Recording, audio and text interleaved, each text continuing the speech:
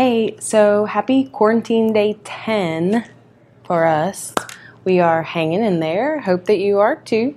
We're going to do a lesson on African masks today.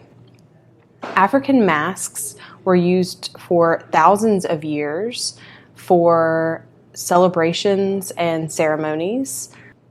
They were worn as disguises, and the people who would wear them would transform into the mask, and then they would perform for these ceremonies and celebrations.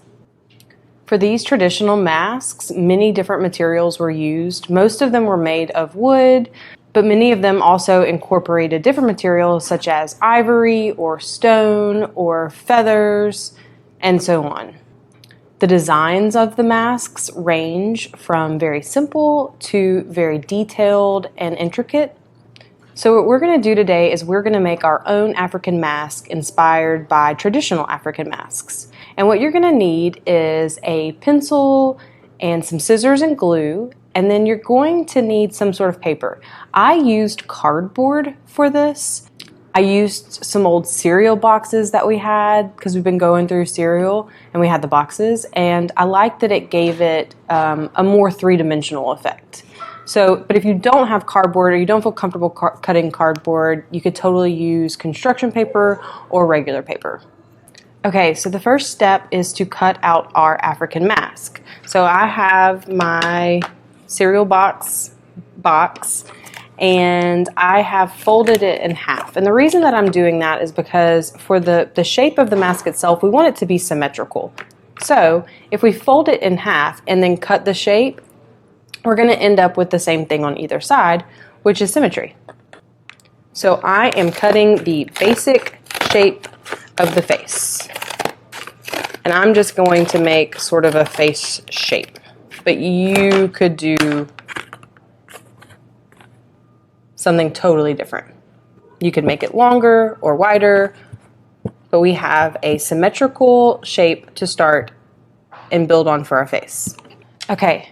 The next step is you are going to place the face that you just cut out onto another piece of cardboard or paper, and you're going to trace around it so that you have the shape of your face on another piece of paper or cardboard.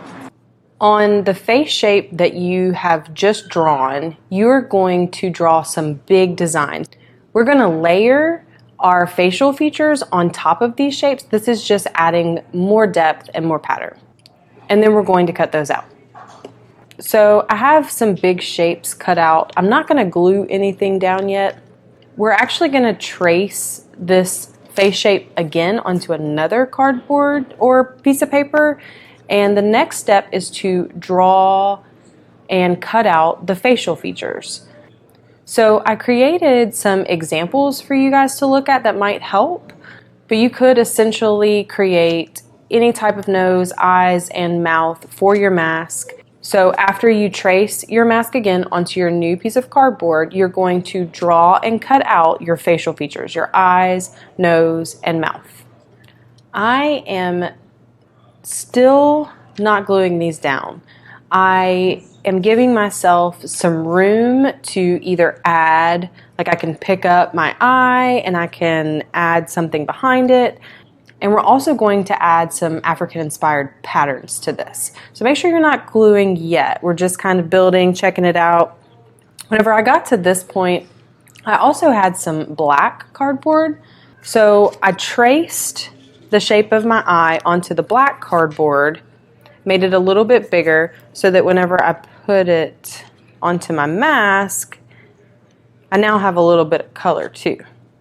The last thing that I did as far as cutting out was I made this thing, and it could either go at the bottom of my mask or at the top of my mask.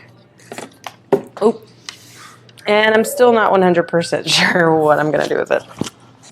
The last thing that we're going to do before we glue is we are going to add some African-inspired patterns to each of these pieces that we've cut out and created.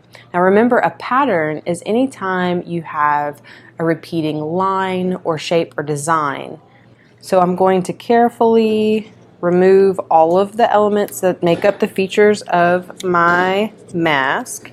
And on each one of these, I'm going to look at the African-inspired patterns that I created, and I'm going to add some different patterns to each of my different shapes. Some of them I may color in all black, but most of them I'm just going to try to use some patterns.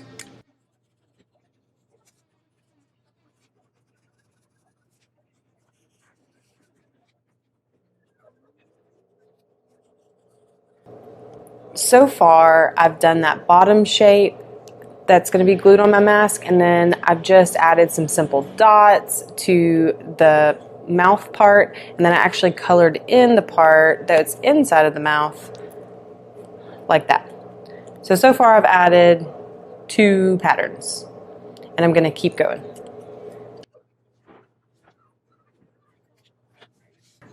So once you have some patterns and designs drawn onto the features of your mask, you can go ahead and start gluing all of the pieces together.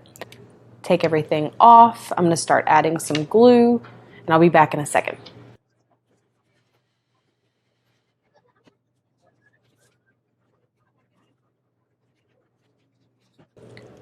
So I am allowing my glue to dry right now.